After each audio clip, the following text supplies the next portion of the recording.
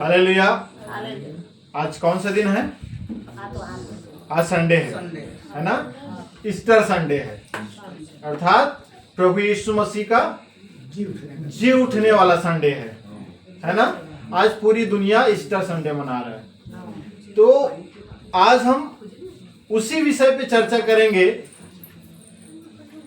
जिसका नाम है यीशु का पुनरुत्थान, है ना? हम जिस यीशु मसीह की आराधना कर रहे हैं उस यीशु मसीह की हम क्या करेंगे? आज वचन को सीखेंगे। क्या है विषय आज का? यीशु का पुनरुत्थान, जीवन की आशा। फिर से सुने, यीशु का पुनरुत्थान, आशा, जीवन की आशा, है ना? इस विषय पे हम आज चर्चा करेंगे, हम वचनों को सीखेंगे। तो चलिए बढ़ते हैं। निकालने हम मत्ती की पुस्तक 28 अध्याय 1 वचन से लेकर हम पढ़ेंगे 10 वचन तक। 1 वचन से 10 वचन तक निकाल के रखेंगे। पृष्ठ क्रमांक है 49। अब बात हो रही है ईस्टर की, अर्थात मृत्यु से या कब्रों से जी उठने का। किसका? यीशु मसीह का। तो एक मसीही व्यक्ति के लिए या मसीह के लोगों के लिए ईस्टर क्यों महत्वपूर्ण है या ईस्टर क्यों जरूरी है, या यीशु मसीह की जी उठने का दिन हमारे लिए क्यों जरूरी है ना? तो आज का जो दिन है वो सामान्य दिन नहीं है। यह वह दिन है जब पूरा संसार इस घटना को याद कर रहे हैं। आज के दिन में पूरी दुनिया, इस पृथ्वी में 195 देश हैं और 195 देश में जहां जहां मसीहत है उस सब जगह, उस सब कंट्री में, उस सब देश में कहना चाहिए आज यीशु मसीह के जी उठने के दिन को याद कर रहे हैं, या चर्चा हो रही है, या प्रचार हो रहा है, या संगति हो रही है। जिसने इतिहास को ही बदल दिया, जीवन का, यीशु मसीह का पुनरुत्थान। इतिहास में पहले ऐसा कभी नहीं हुआ था। आदम से लेकर यीशु मसीह के आने तक, और ना अब ऐसा कभी नहीं हुआ है और ना ऐसा कभी होगा, सिवाय यीशु मसीह के साथ जो घटना घटा कि यीशु का पुनरुत्थान। ईस्टर न एक धार्मिक, केवल एक धार्मिक पर्व है, न कि, बल्कि ये हमारी क्या है? ध्यान से सुनेंगे, ये हमारी क्या है? आज का दिन एक आशा है, हमारा उद्धार है और हमारा नया जीवन है। 3 बातें हैं, हमारी आशा, हमारा उद्धार और हमारा नया जीवन। ये 3 चीज है यीशु मसीह के पुनरुत्थान में। यीशु मसीह मुर्दों में से जिंदा हुआ, लेकिन बेनिफिट किसको मिला? हम मनुष्य को मिला। हमें यीशु मसीह में आशा है, हमारी यीशु मसीह में ही हमारा उद्धार है, और यीशु मसीह में ही हमें क्या मिलता है? नया जीवन। नया जीवन, जिसे अनंत जीवन कहते हैं, वो मिलेगा। किसमें? यीशु मसीह के पुनरुत्थान। तो उसके लिए एक वचन देखेंगे कि यीशु मसीह ने क्या कहा था। निकाल लें यूहन्ना की पुस्तक 11 अध्याय और उसका 25 पद।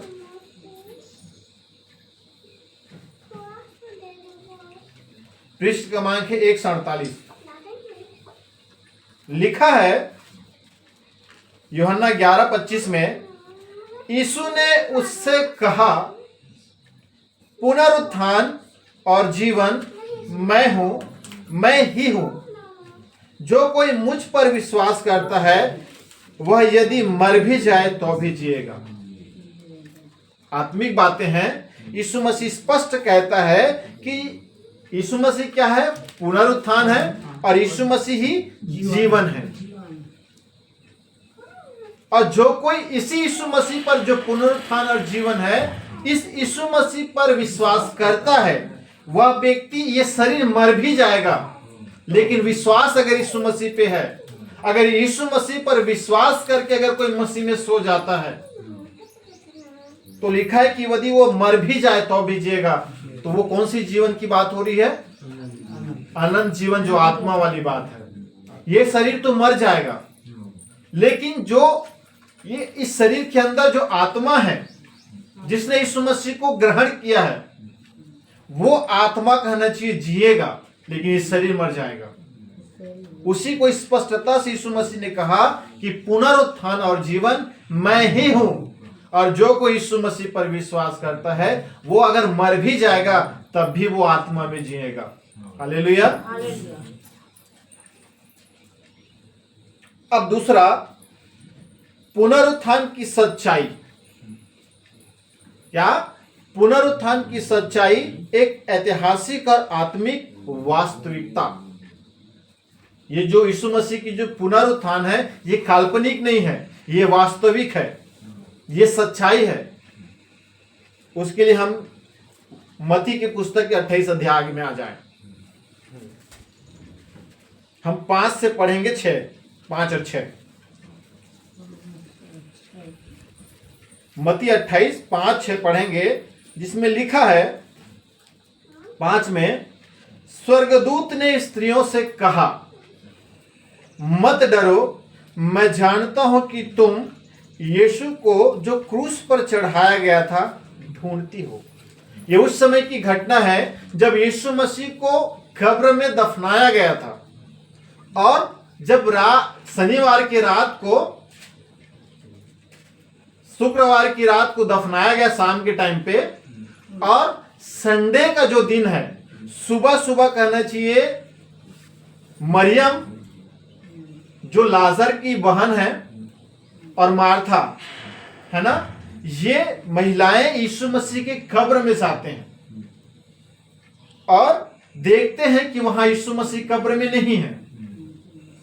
तो वहां पे स्वर्गदूत आता है और उस स्त्रियों से कहता है कि मत डरो, क्योंकि जब स्वर्गदूत आता है तो वो जगह तेजोमय हो जाता है, प्रकाश से भर जाता है। तो वहां पे जो महिलाएं होती हैं वो डर जाते हैं।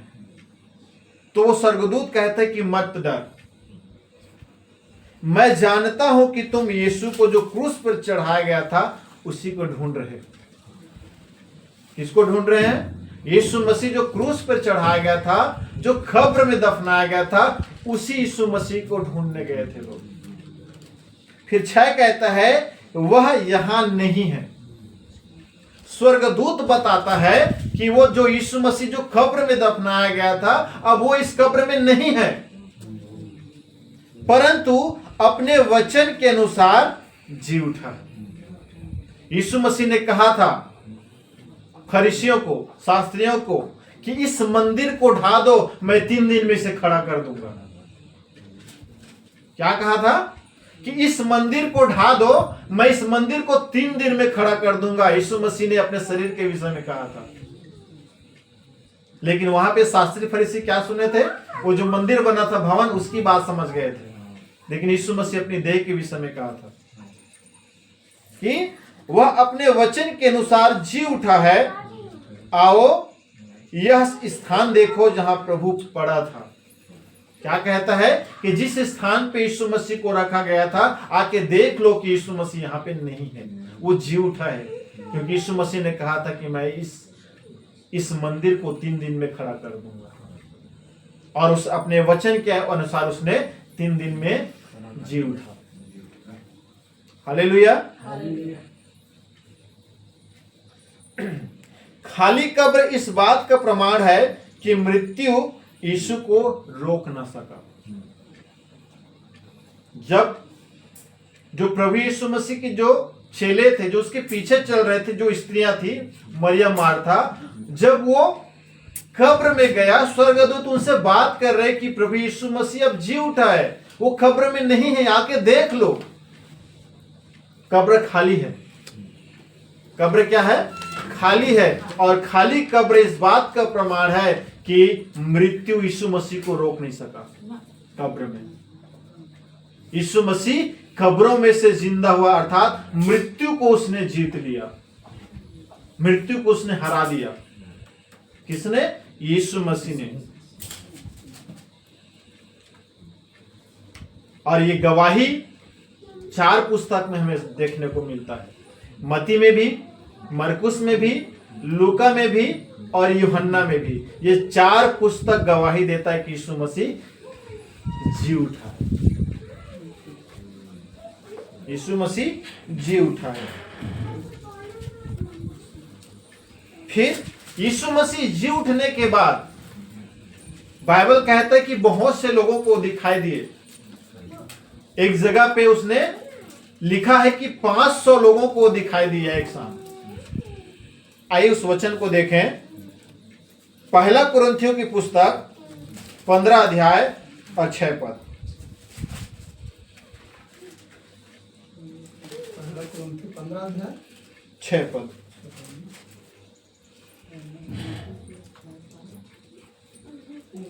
242 पृष्ठ।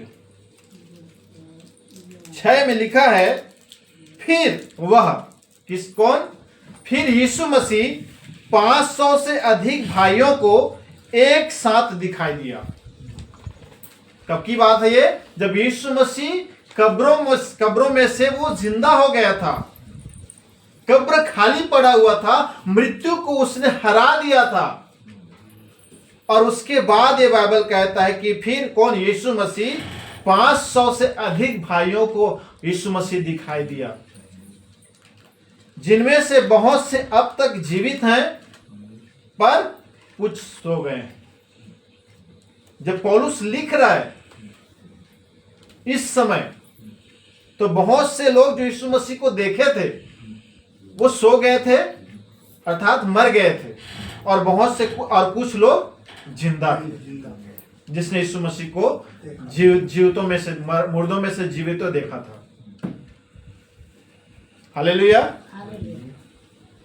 आज के युग में भी लोग पूछते हैं, क्या यह सही है कि यीशु मसीह मुर्दों में से जिंदा हुआ है? तो इसका आंसर है हाँ, ये सही है कि यीशु मसीह मुर्दों में से जिंदा हुआ है। हाँ, पुनरुत्थान केवल आत्मिक अनुभव नहीं बल्कि एक सच्चाई है। पुनरुत्थान क्या है? एक सच्चाई है कि यीशु मसीह मुर्दों में से जीवित हुआ। फिर आते तीसरा, पुनरुत्थान का अर्थ हमारे लिए जीवन में नई आशा। क्या कहता है कि पुनरुत्थान का अर्थ हमारे लिए क्या है? तो वो है जीवन में एक नई आशा है। उसमें देखते हैं, कुछ बिंदु देखते हैं। पहला, मृत्यु पर जय। रोमियो की पुस्तक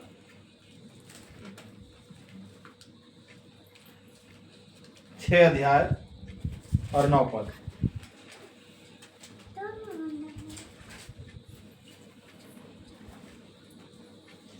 6 अध्याय और 9 पद में लिखा है, हम देखें मृत्यु पर जय।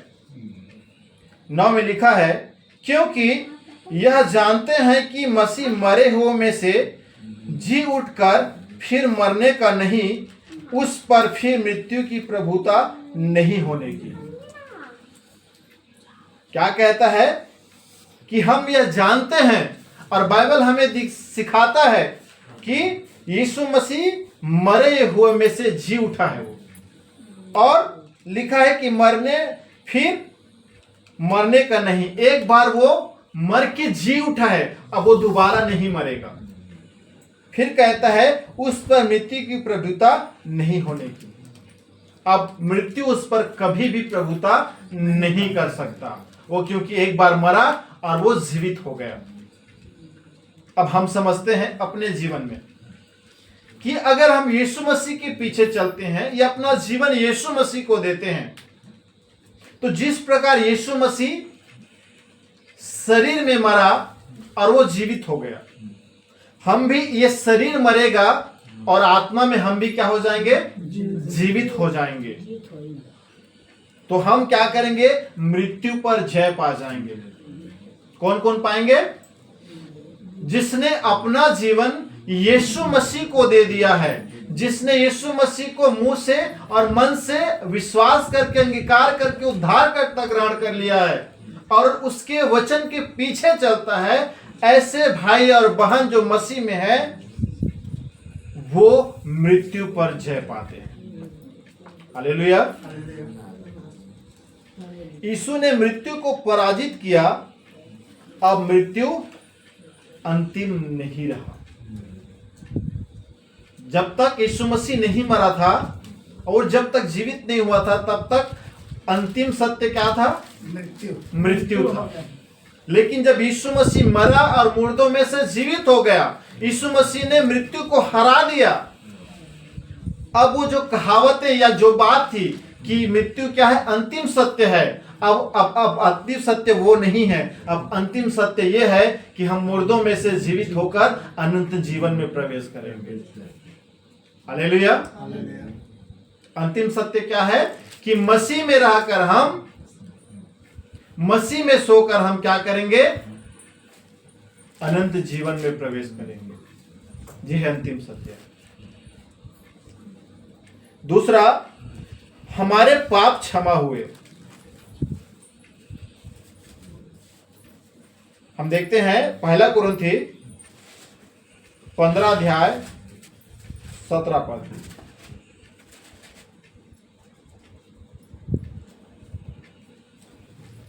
हमारे पाप क्षमा हुए।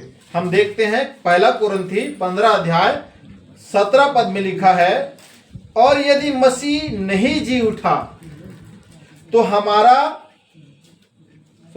तो तुम्हारा विश्वास व्यर्थ है। अगर हम ऐसा कहते हैं कि यीशु मसीह नहीं जी उठा है, तो हम जो यीशु मसीह पर विश्वास करते हैं वो हमारा विश्वास क्या है? व्यर्थ है। तुम्हारा विश्वास व्यर्थ है और तुम अब तक अपने पापों में फंसे हो। अगर हम ये विश्वास नहीं रखते हैं कि यीशु मसीह मुर्दों में से जिंदा हुआ, तो हम जो यीशु मसीह पर विश्वास करते हैं वो व्यर्थ है और आज भी हम अपने पापों में हैं। यीशु मसीह ने फिर हमारा पाप उस क्रूस पर नहीं लिया है। कब? जब हम ये विश्वास नहीं करते कि यीशु मसीह जीवित है, लेकिन हम ये विश्वास करते हैं कि यीशु मसीह हमारे लिए क्या हुआ? मारा गया, गाड़ा गया और तीसरे दिन वो क्या हुआ? मुर्दों में से जीवित हुआ। और हम अपने पाप में आज नहीं, क्योंकि हमारे पापों के यीशु मसीह ने क्या किया? क्रूस पर लटकाया है। हालेलुया। तीसरा है नया जीवन। दूसरा कुरिन्थी पुस्तक 5 अध्याय और 17 पद। नया जीवन 5 का 17 में लिखा है, इसलिए यदि कोई मसीह में है तो वह क्या है? नई सृष्टि है। पुरानी बातें बीत गई है, देखो सब बातें नई हो गई है। जब तक हम मसीह को नहीं जानते थे, जब तक हम सुसमाचार नहीं सुने थे, जब तक हम यीशु मसीह को उद्धारकर्ता ग्रहण नहीं किए थे, जब तक हम यीशु मसीह पर विश्वास नहीं किए थे, तब तक हम क्या थे? पाप में थे। हमारा स्वभाव पाप का स्वभाव था। हमारा पिता शैतान था।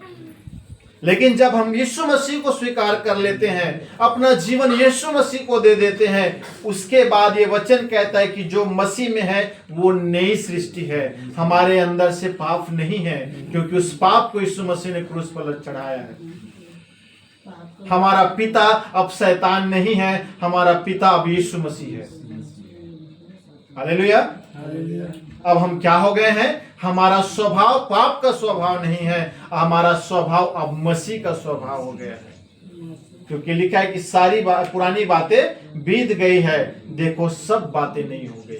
जब हम मसीह के पीछे हो लेते हैं तो हमारे लिए सब बात नया हो जाता है। यीशु मसीह हमें नए सिरे से जीवन देता है। हालेलुया।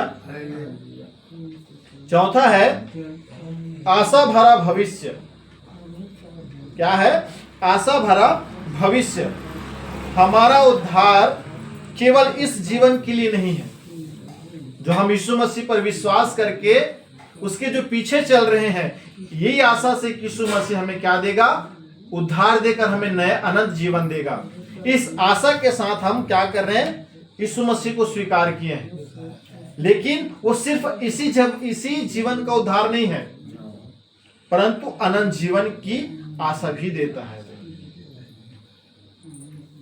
क्या देता है? अनंत जीवन की आशा देता है। क्या? उद्धार। फिर चौथा है हमारी जिम्मेदारी, पुनरुत्थान का साक्षी बनना। क्या है हमारी जिम्मेदारी? क्या है कि पुनरुत्थान का साक्षी अर्थात गवाह बनना। कि यीशु मसीह कब पुनरुत्थान हुआ, अर्थात यीशु मसीह मुर्दों में से जीवित हुआ, इस बात का हम गवाह हैं। हमें गवाही बनना है। उसके लिए हम देखेंगे मत्ती की पुस्तक 28 अध्याय और हम 18, 19 और 20 पढ़ेंगे। लिखा है, यीशु ने उनके पास आकर कहा, यह उस समय की घटना है, यह उस समय की बातें हैं जब यीशु मसीह का स्वर्ग रोहण होने वाला था। अर्थात यीशु मसीह जगत को छोड़ करके परमेश्वर पिता के पास जाने वाला था। उस समय की बातें हैं कि यीशु ने उनके पास आकर कहा। किसके पास आकर? अपने चेलों के पास आकर कहा, स्वर्ग और पृथ्वी का सारा अधिकार मुझे दिया गया है। मुझे नहीं, यीशु मसीह को, है ना? सारा अधिकार किसके पास है? स्वर्ग से लेकर पृथ्वी तक का सारा अधिकार यीशु मसीह के पास है। इसलिए तुम जाओ। सबसे पहले क्या कहता है? कि इस पृथ्वी में भी और उस स्वर्ग में भी सब जगह मेरा ही अधिकार है। इसीलिए क्या करो? जाओ। सबसे पहले उसने कहा कि जाओ, सब जातियों के लोगों को चेला बनाओ। क्या कहा उसने? कि जाओ, सब जातियों के लोगों को चेला बनाओ। उसने ये नहीं कहा कि सिर्फ इजरायलियों को बनाओ। उसने ये नहीं कहा कि सिर्फ यहूदियों को बनाओ। उसने ये नहीं कहा कि सिर्फ सतनामियों को बनाओ। उसने कहा कि हर एक जाति के लिए। उसने कहा कि सब जातियों के लोगों को चेला बनाओ। अपना चेला नहीं, यीशु मसीह का चेला बनाओ। चेला बनाओ और उन्हें पिता और पुत्र और पवित्र आत्मा के नाम से क्या दो? बपतिस्मा दो।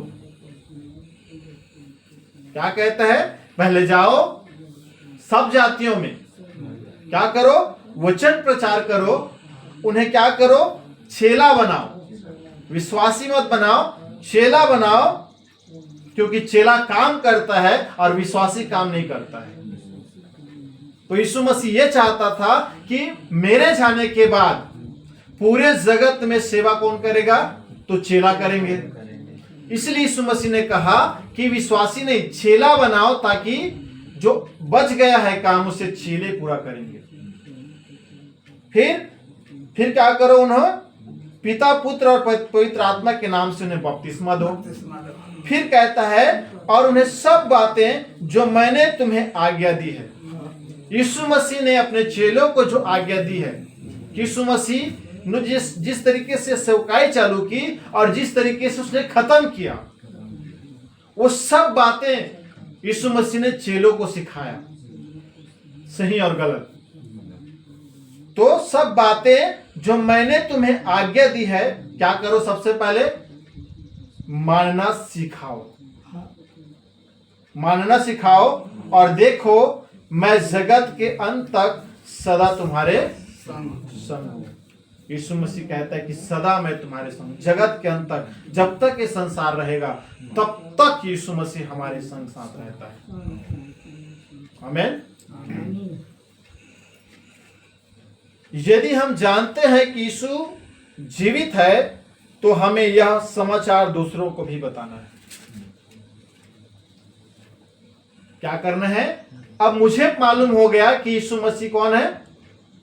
उद्धार करता है। यीशु मसीह क्या हो गया है? मुर्दों में से जिंदा हो गया है। अब मुझे पता चल गया है तो मैं क्या करूंगा, मेरी जिम्मेदारी क्या है कि मैं दूसरों को भी बताऊं कि यीशु मसीह उद्धारकर्ता परमेश्वर है। मैं दूसरों को भी बताऊं कि यीशु मसीह मुर्दों में से जिंदा हुआ है। मैं दूसरों को भी बताऊं कि यीशु मसीह अनंत जीवन देने वाला परमेश्वर है। ये है हमारी जिम्मेदारी। हमें अपने जीवन से गवाही देनी है प्रेम, क्षमा, दया और सेवा से। किस तरीके से गवाही देंगे हम जिस तरीके जो यीशु मसीह ने हमें प्रेम करना सिखाया है, हम वैसे ही प्रेम रख के हम गवाही देंगे कि हम यीशु मसीह के चेले हैं। जिस प्रकार यीशु मसीह ने क्षमा किया है लोगों को, यीशु मसीह जब क्रूस पे लटका था तो उसने कहा 7 वाणी में पहला वाणी कि हे पिता इन्हें क्षमा कर, क्योंकि नहीं जानते कि क्या करते हैं। जब यीशु मसीह क्रूस पे लटका हुआ है, दर्द में है, फिर भी वो कहता है कि हे पिता इन्हें क्षमा कर। तो यीशु मसीह ने हमें जो क्षमा करना सिखाया है, हम भी क्या करें, क्षमा करके हम अपनी गवाही दें कि हम यीशु मसीह के चेले हैं। तीसरा, दया करके। यीशु मसीह ने लोगों पर दया किया। हम भी जो यीशु मसीह से सीखे हैं और जो सीख रहे हैं, हम उसी तरीके से हम भी क्या करें, दया करके गवाह बने। फिर तीसरा है सेवा से। फिर हम क्या करें, सेवा करके गवाही दें। किसकी? यीशु मसीह की पुनरुत्थान की। कि हम गवाही देते हैं या हम साक्षी हैं यीशु मसीह के पुनरुत्थान के, अर्थात जी उठने की। यीशु मसीह जी उठा और हमें दिखाई भी दिया। ये हम गवाह हैं यीशु मसीह के। यह है हमारी जिम्मेदारी। और ये जो ईस्टर संडे है, अर्थात यीशु मसीह की जी उठने का जो दिन है, ये क्या कहता है, ईस्टर हमें बुलाता है आत्मिक रूप से जागो और मसीह के साक्षी बनो। क्या कहता है? शरीर से जागने के लिए नहीं कहता है, कहता है कि आत्मिक रूप से जागो और मसीह के गवाही बनो। यीशु मसीह के क्या बनो? गवाह बनो। उन्हें बताओ कि आप गवाह हैं यीशु मसीह के जी उठने का। हालेलुया। अब अंतिम में चलते हैं, निष्कर्ष और बुलाहट। हम एक पद पढ़ेंगे, रोमियो की पुस्तक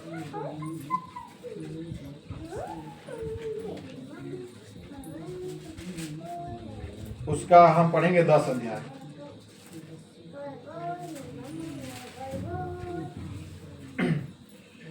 दस का 9 पढ़ेंगे, जिसमें लिखा है, यदि तू अपने मुंह से यीशु को प्रभु जानकर अंगीकार करे। क्या कहता है? यदि कोई व्यक्ति, चाहे वो स्त्री हो, चाहे पुरुष हो, चाहे वो कोई भी जाति का हो, अगर वो अपने मुंह से यीशु मसीह को प्रभु जानकर अंगीकार करता है कि यीशु मसीह क्या है? प्रभु है, और अपने मन से विश्वास करे कि परमेश्वर ने उसे मरे हुए में से जिलाया है। पहले वो क्या करे? अपने मुंह से अंगीकार कर लिया कि वो क्या है? प्रभु है, और अपने मन, अपने हृदय में उसने विश्वास कर लिया कि परमेश्वर ने यीशु मसीह को मुर्दों में से जिंदा किया है, जिलाया, तो तू निश्चय उद्धार पाएगा। अगर कोई व्यक्ति, चाहे वो किसी भी धर्म, किसी भी जाति का रहे, अगर वो इतना बस कर लेता है, तो बाइबल कहता है कि तू निश्चय उद्धार पाएगा। पहले क्या करना है? अपने मुंह से अंगीकार करना है कि यीशु मसीह प्रभु है। फिर अपने मन, अपने हृदय में विश्वास करना है कि परमेश्वर यीशु मसीह को मुर्दों में से जिंदा किया है। हालेलुया। आज यदि कोई अभी भी यीशु को नहीं जानता, अगर कोई यीशु मसीह को नहीं जानता है, तो यह समय है उसे अपने जीवन में ग्रहण करने का। यही समय है, क्योंकि ये शरीर का भरोसा नहीं है कि ये शरीर कब खत्म हो जाएगा। क्योंकि बाइबल कहता है कि शरीर नाशवान है, क्षणभंगुर है, ये कभी भी खत्म हो जाएगा। तो ये जब तक ये शरीर है तब तक पश्चाताप करने का मौका है, तब तक यीशु मसीह को ग्रहण करने का मौका है। उसके बाद कोई पश्चाताप नहीं है, कोई माफी नहीं है, कोई यीशु मसीह को नहीं पा सकता। तो आज हमने क्या पढ़ा, क्या सीखा? यीशु का पुनरुत्थान, जीवन की आशा। इसमें हमने 5 बातें समझा है। पहला कि ईस्टर हमारे लिए क्यों जरूरी है, फिर पुनरुत्थान की सच्चाई क्या है, आत्मिक वास्तविकता। फिर हमने सीखा कि पुनरुत्थान का अर्थ हमारे लिए क्या है, तो जीवन में नई आशा है। चौथा, हमारी जिम्मेदारी क्या है मसीह में आने के बाद, तो हमारी जिम्मेदारी है कि यीशु मसीह के पुनरुत्थान का गवाह बनना, साक्षी बनना।